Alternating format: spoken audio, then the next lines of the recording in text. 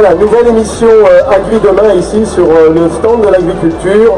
Une émission bien sûr au cœur de nos préoccupations de consommateurs et de consommatrices. L'actualité chaque jour en tout cas nous le démontre par des reportages ou des angles de vue. Alors l'agriculture française doit-elle tout miser sur les circuits courts, les filières de proximité, des créateurs de proximité? Beaucoup de mots sont utilisés. J'ai le plaisir d'accueillir à ma gauche monsieur Rémi Dumry qui est producteur céréalier dans la Beauce. Bonjour Rémi. Bonjour, alors j'aime bien utiliser le mot de cultivateur. C'est un vieux mot, mais qui permet de bien définir mon activité, c'est-à-dire de cultiver des plantes. Et comme ça m'évite qu'on me pose la question en général, quels sont les animaux que vous avez sur votre ferme, parce que j'en ai pas. Voilà, donc dans ces cas-là, le dictionnaire Larousse est bien fait, on doit dire éleveur dans ces cas-là. Éleveur, cultivateur. Voilà, donc je me tourne vers Olivier Noyas. Bonjour Olivier. Bonjour.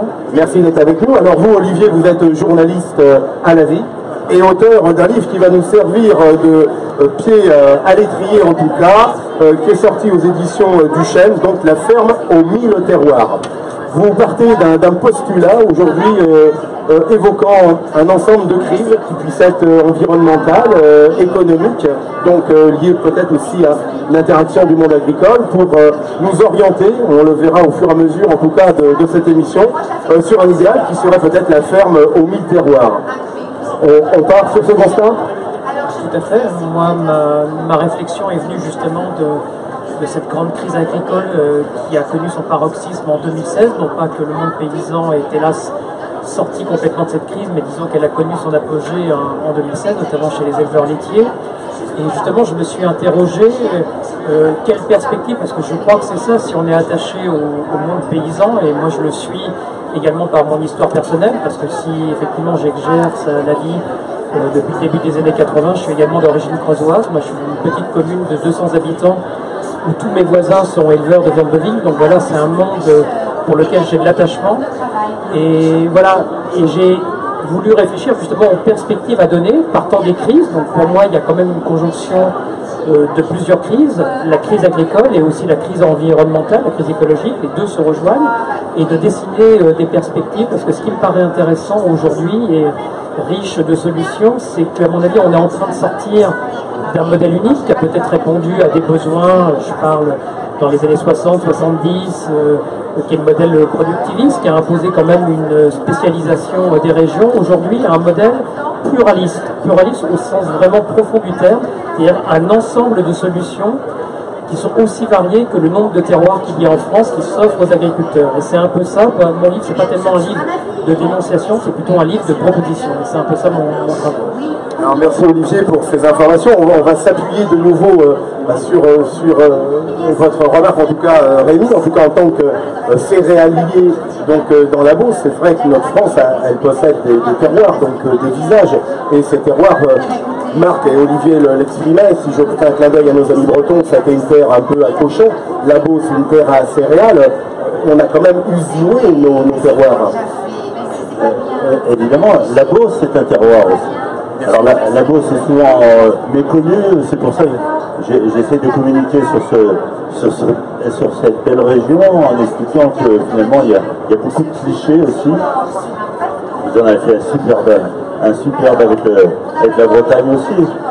La Beauce finalement c'est plutôt voilà, c'était pour marquer le trait, mais la Beauce c'est surtout des exploitations relativement moyennes, voire petites, qui ont des spécialisations, puisqu'on est assez loin des ports, donc on fait des céréales qui sont souvent des céréales de niche.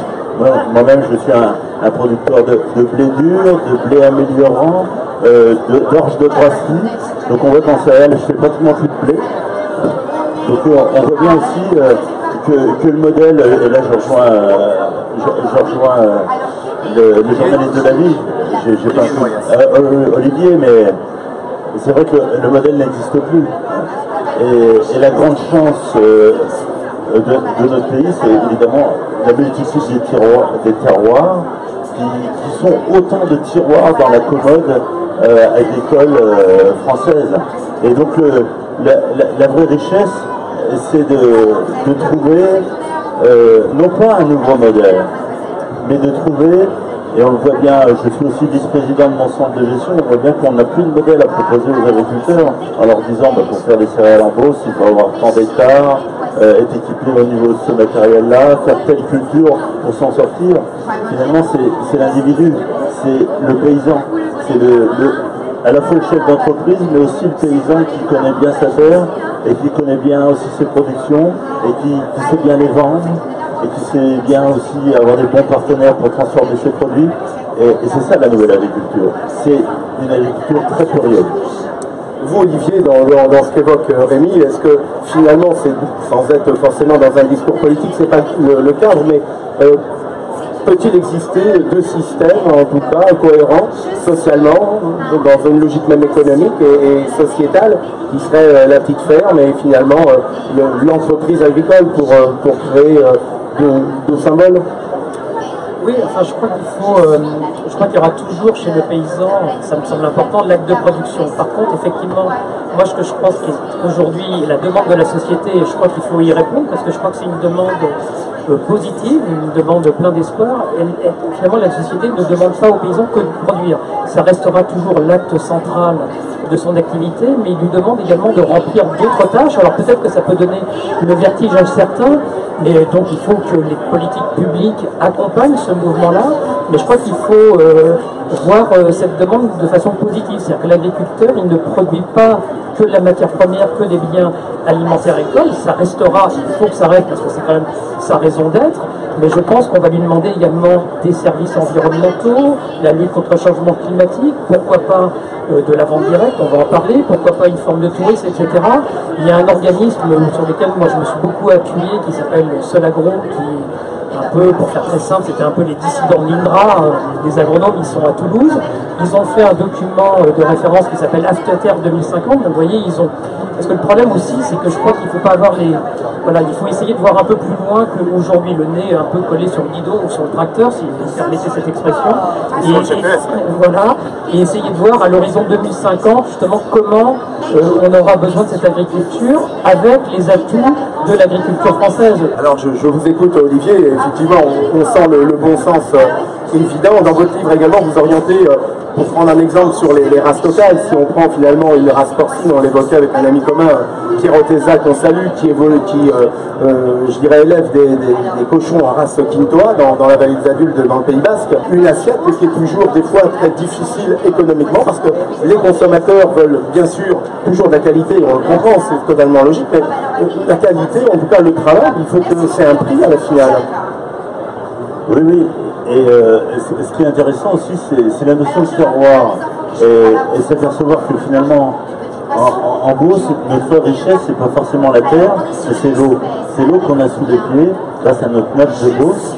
Et on était dans les années 90 avec des problèmes à la fois de pollution, à la fois de quantité d'eau qui était dans cette nappe-là. Et la profession agricole, mais aussi avec l'administration, on a trouvé des solutions pour justement diminuer ces problèmes environnementaux, aussi avoir une juste répartition de cette richesse. Et aujourd'hui, cette plaine, en fait, n'est pas seulement céréalière, mais il y a aussi des cultures de betteraves, des cultures de pommes de terre, des cultures d'oignons. Il y a aussi de la production de semences en potagère. Donc on apporte aussi de la diversité, non pas en faisant que de la production et de la marge, en fait, mais aussi en retrouvant un certain équilibre. Hein. Je fais partie notamment aussi de deux associations, une qui s'appelle le réseau biodiversité pour les abeilles, parce que nous en Beauce on a besoin des abeilles, notamment pour féconder les productions de semences potagères. Et tous les problématiques à la fois de l'abeille et aussi de la production, aussi de la biodiversité. Aujourd'hui, on voit bien qu'il y a des enjeux qui sont multiples, même dans une plaine qui paraît, en passant en train ou à travers l'autoroute A10, de voir exactement la même chose, de voir aussi de la monoculture. C'est des choses qui finalement n'existent pas. Pour terminer cette première session, je voulais juste, en clin d'œil avec votre chapitre 6 de la politique agricole commune verte à la France rurale 2050, quelle pourrait être, selon vous, cette vision, en tout cas, de cette France, comment dire, la ferme en mille-terroir, en tout cas, à un horizon 30 ans? Oui, ben, je crois qu'il faut que dans cette mutation, cette transition agricole qui a quand même débuté et qui prend de l'ampleur quand même. Hein, d'année en année. Alors je précise bien que je ne dis pas qu'il faut que toute l'agriculture passe du conventionnel au bio, mais quand même, si on regarde quand même les chiffres de la croissance du bio, ils sont quand même spectaculaires. Donc ça veut dire quand même quelque chose, cette demande-là. Non pas que toute l'agriculture française va devenir bio, mais il y a quand même, ça fait 3 ans qu'il y a une croissance de la demande du bio de plus de 20%. Donc ça, c'est quand même une demande forte. Et je crois qu'il faut que les pouvoirs publics accompagnent effectivement cette transition. Alors les pouvoirs publics au niveau français, mais aussi au niveau européen, parce que c'est vrai que l'Europe, grosso modo, il y a un terroir français, mais il y a aussi un terroir européen qui est quand même différent de l'agriculture dont je parlais, l'agriculture qu'on peut trouver aujourd'hui en Argentine, au Brésil ou aux États-Unis. Donc c'est cette carte-là, vraiment d'une identité agricole spécifique, à la fois française et européenne, qu'il faut encourager, qui est aussi pour se libérer quand même, bon je reviendrai juste sur les abeilles.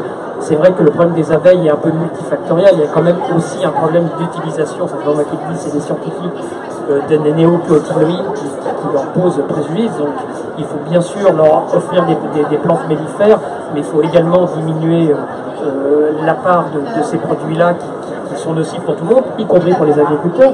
Donc voilà, cette transition qui, je le reconnais, est difficile parce que c'est un changement culturel. Je crois que le rôle de la société et des pouvoirs publics, c'est vraiment de l'accompagner, y compris au niveau européen, dans la politique agricole commune. Alors merci Olivier en tout cas pour votre regard, merci Rémi, on va continuer à être beaucoup plus proche en tout cas de nos circuits courts, on a posé des idées de fond en tout cas sur une agriculture à multifacettes, utile et nécessaire en tout cas à avoir de belles assiettes. On libère le food truck pour nous retrouver dans quelques minutes avec nos nouveaux invités et on va continuer à débattre sur cette utilité et cette nécessité de nos bons et bons circuits courts.